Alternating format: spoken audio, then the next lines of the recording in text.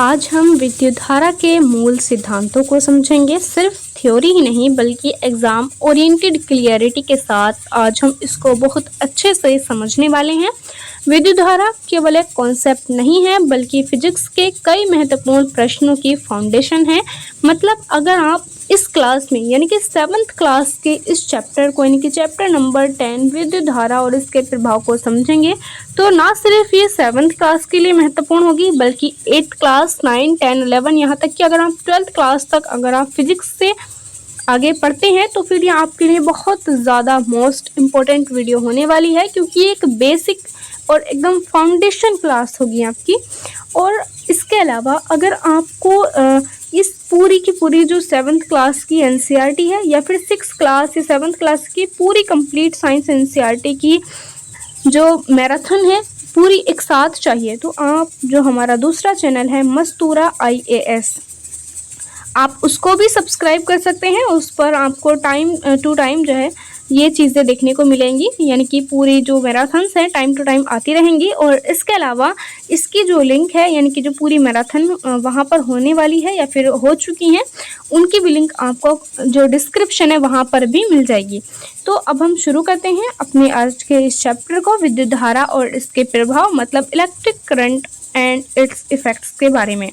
तो चलिए देखते हैं विद्युत अवयवों के प्रतीक। सबसे पहले विद्युत जो अवयव होते हैं, विद्युत अवयवों का मतलब होता है कि जो हमारी बिजली होती है, विद्युत होती है, उसके जो इस्तेमाल में होने वाली जितने भी ऐसी चीज़ें हैं जिनका हम उपयोग करते हैं, ऐसी वस्तुओं को जो है अवयव यहाँ पर कहा गया है। यानी कि वस्तुएं बहुत सारी चीज़ें अवयव कहलाती हैं और उनके कौन कौन से प्रतीक होते हैं यानी कि उनके कौन कौन से सिंबल्स होते हैं वो देखेंगे। सबसे पहले विद्युत परिपथ को चित्रों के द्वारा दर्शाने के लिए प्रतीकों का उपयोग किया जाता है। जैसे कि विद्युत सेल होती है, विद्युत सेल में क्या होता है कि एक लंबी रेखा होती है और इसमें मतलब जिस तरीके से आप ये वाली पा रहे हैं ये एक लंबी रेखा है और इसमें जो है दो यहाँ पर टर्मिनल होते हैं, एक होता है ये पॉजिटिव और एक होता है निगेटिव। जो पॉजिटिव वाला आप देख पा रहे हैं ये जो होता है धनात्मक टर्मिनल होता है और ये एकदम पतला और लंबा होता है, जबकि जो दूसरा वाला आप देख रहे हैं ये छोटा होता है और ये मोटा होता है और ये निगेटिव यानी कि ऋणात्मक टर्मिनल कहलाता है। यानी कि अगर आप देखें तो जितनी भी बैटरी होती हैं उसमें एक साइड प्लस का साइन दूसरी साइड माइनस का साइन होता है। तो जिधर प्लस का साइन है वो पॉजिटिव यानी कि धनात्मक टर्मिनल है और जो माइनस का साइन है जहाँ पर वो ऋणात्मक टर्मिनल यानी कि नेगेटिव टर्मिनल होता है। जैसे क्या बैटरी की अगर हम बात करें तो दो या अधिक सेलों का संयोजन यानी कि जब दो इस तरीके की जो सेल्स होती हैं दो जो सेल होती हैं या फिर दो से ज़्यादा भी हो सकती हैं, उनको जब एक साथ जोड़ दिया जाता है तो फिर उससे बैटरी बन जाती है। एक सेल जो होती है उसमें पॉजिटिव दूसरी निगेटिव, फिर पॉजिटिव फिर निगेटिव, फिर पॉजिटिव फिर निगेटिव, यानी कि आप इस तरह से इसको देख सकते हैं। ये पूरा जो इसका संयोजन है इस तरीके से जुड़ा हुआ होता है।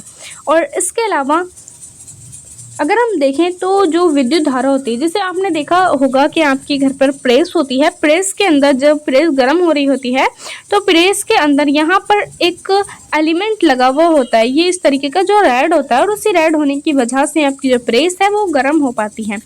जब किसी तार से विद्युत धारा प्रवाहित होती है यानी कि जब तार इसके अंदर आ रहा होता है और वो फिर क्या होती है तार की जब यहाँ पर विद्युत धारा आपने जो है इसको किसी भी अपने स्विच में लगाया और लगाने के बाद जो है इससे विद्युत धारा यहाँ पर आ गई। आने के बाद क्या होगा कि ये जो प्रेस है वो गर्म हो जाएगी और इसी तरीके से बहुत सारी ऐसी चीज़ें होती हैं जो कि गर्म होती हैं, जैसे कि हीटर है, प्रेस इस्त्री है, गीज़र है, इस तरह की चीज़ें। और इसके अलावा और कितने एग्जाम्पल आपको याद आ रहे हैं वो अपने कमेंट बॉक्स में बताना है।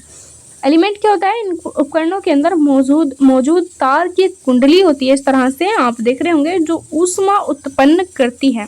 ठीक है, इसके अलावा सुरक्षा युक्तियाँ यानी कि जो जब बहुत तेज़ लाइट आ जाती है या फिर बहुत मतलब एकदम से ही जो है तेज़ आ जाती है लाइट, तो उससे बचाने के लिए सुरक्षा युक्तियों का उपयोग किया जाता है, जिसमें कि दो तरीके की सुरक्षा युक्तियाँ होती हैं यानी कि सेफ्टी डिवाइसेस जो होती हैं वो 2 टाइप्स के होते हैं। एक होता है फ्यूज़, दूसरा होता है MCB। ज़्यादातर आपने MCB के बारे में देखा होगा कि आपके घर पर MCB होती है, मतलब जो लगाई जाती है। पहले मतलब फ्यूज़ का इस्तेमाल होता था। फ्यूज़ में क्या होता है, ये एक सुरक्षा युक्ति होती है कुछ इस टाइप की और अधिक धारा प्रवाहित होने पर इसका तार पिघलकर टूट जाता है और ये परिपथ भंग हो जाता है और आग से बचाता है। और इससे क्या होता है, इससे एक फ़ायदा ये होता है कि जैसे ये तो यहाँ पर पिघल जाएगा, लेकिन ये जो विद्युत आपके घर में आ रही है उसमें जितने भी मतलब जितने भी आपके घर में एलिमेंट्स हैं, जितने भी आपके घर में वस्तुएं होती हैं जो कि विद्युत से चलती हैं, बिजली से जो है चलती हैं, इलेक्ट्रिक से चलती हैं, तो वो सब वहाँ पर बच जाती हैं, क्योंकि ये जो है इसका तार यहाँ पर पिघल जाता है और कनेक्शन जो है वहाँ पर टूट जाता है। इसके अलावा एमसीबी कुछ इसी टाइप का काम करती है। आजकल जो है आप इसका एमसीबी का उपयोग ज़्यादा देख रहे होंगे कि ये मिनिएचर सर्किट ब्रैकेट होता है, यानी कि एमसीबी के फुल फॉर्म है मिनिएचर सर्किट ब्रेकर्स। ठीक है, ये ब्रेकर्स होती हैं एक तरीके से। आजकल फ्यूज़ के स्थान पर इनका उपयोग जो है यहाँ पर बढ़ता हुआ दिखाई दे रहा है। और इसके अलावा विद्युत धारा का चुंबकीय प्रभाव क्या होता है, ये आपके एग्जाम के पॉइंट ऑफ व्यू से काफ़ी ज़्यादा महत्वपूर्ण है, ये पूछा भी जाता है बार बार। अब ये जो विद्युत धारा का चुंबकीय प्रभाव है, इसकी खोज हंस क्रिश्चियन ऑर्स्टेड ने की थी। आप यहाँ पर देख रहे होंगे हंस क्रिश्चियन ऑर्स्टेड ने इसकी जो है खोज की थी, इसकी जो है डिस्कवरी की थी। इसके अलावा इन्होंने एक कॉन्सेप्ट दिया था, इनके एक सिद्धांत दिया था, जब किसी तार से धारा प्रवाहित की जाती है। मान लीजिए आपके पास कोई एक तार है, ये वाला एक तार है आपके पास, ठीक है। इस तार में जो है आपने विद्युत धारा प्रवाहित कर दी, मतलब आपने जो है इसमें करंट फ्लो करना शुरू कर दिया, तो वह चुंबक की तरह व्यवहार करेगा, यानी कि इसके चारों तरफ जो है चुंबक की तरह ये एक इस तरीके से बिहेव करेगा जैसे कि एक चुंबक है ये। ठीक है, अब इसका प्रमाण कैसे दिया गया है, तो पास रखी जो कंपास होती है वो दिक्सूचक की सुई विक्षेपित हो जाती है। यानी कि जैसे ही आप इसका एग्जाम्पल इस तरह से आप समझ सकते हैं कि जो आपके पास दिक्सूचक होता है, कंपास जो आपके पास होता है, अगर आप कंपास का यूज़ करते हैं तो उससे क्या होता है, जैसे ही आपने इसमें करंट फ्लो किया होगा तो इसकी जो सुई है वो एकदम से विक्षेपित हो जाती है, इधर से उधर हो जाती है। तो ये क्या है, इससे क्या होता है कि एक तरीके से चुंबक की तरह ये काम करना शुरू कर देता है और नॉर्थ पोल साउथ पोल पर ये जो है मतलब काम करता है। और इसके अलावा एक यहाँ पर मोस्ट इम्पोर्टेंट है विद्युत चुंबक के बारे में। विद्युत चुंबक क्या होता है, यानी कि जो इलेक्ट्रोमैग्नेट है वो आखिर क्या होती है। इसकी संरचना लोहे के टुकड़े पर लिपटी हुई रोधी तार की कुंडली होती है, यानी कि विद्युत चुंबक में ये कुछ इस टाइप का होता है और इसके ऊपर जो है यहाँ पर लोहे की टुकड़ी के रूप में यहाँ पर जो है तार कुंडली के रूप में लिपटा रहता है।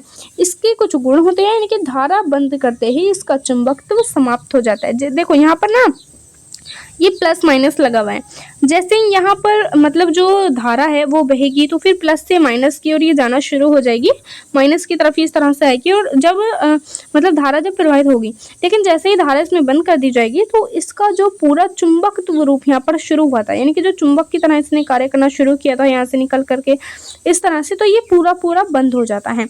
अब इसका उपयोग कहाँ कहाँ पर होता है, सामान्य लाइफ में अगर हम बात करें तो कचरे का जो ढेर होता है उससे लोहे के कबाड़ को अलग किया जाता है इसके द्वारा। यानी कि जो चुंबक विद्युत चुंबक होती है, विद्युत चुंबक की यहाँ पर बात हो रही है, आप इसको ध्यान रखिएगा कि जो विद्युत चुंबक होती है इससे जितने भी कचरे के ढेर होते हैं उनसे जितना लोहा अगर उनके अंदर चला जाता है तो इसके माध्यम से वो यहाँ पर चिपक करके आ जाता है। और डॉक्टरों के द्वारा आंखों में गिरे लोहे के कण भी इसके द्वारा निकाले जाते हैं, यानी कि वो व्यक्ति जिनकी आंखों में लोहे के कण गिर जाते हैं या फिर कुछ भी लोहे का टुकड़ा गिर जाता है तो उसको जो है इसी इलेक्ट्रोमैग्नेट यानी कि विद्युत चुंबक के माध्यम से निकाला जाता है। विद्युत घंटे का निर्माण भी इसी के रूप में, मतलब विद्युत घंटे का जो निर्माण है वो भी विद्युत चुंबक उसके अंदर होता है। जितने भी आप विद्युत घंटियाँ देखते होंगे इस टाइप से, तो वो उनका वो भी जो है विद्युत चुंबक की तरह कार्य करती हैं, इसी का जो है एग्जाम्पल है। अब हम देख लेते हैं मोस्ट इम्पॉर्टेंट क्वेश्चंस के बारे में। पहला क्वेश्चन है, दो या उससे अधिक विद्युत सेलों के संयोजन को क्या कहा जाता है, तो इसको जो बैटरी कहा जाता है।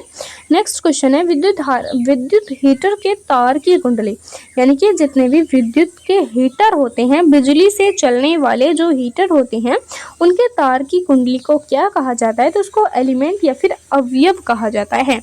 इसके अलावा नेक्स्ट क्वेश्चन है कि विद्युत धारा के चुंबकीय प्रभाव की खोज सबसे पहले किसने की थी, तो वो की थी हंस क्रिश्चियन ऑर्स्टेड ने।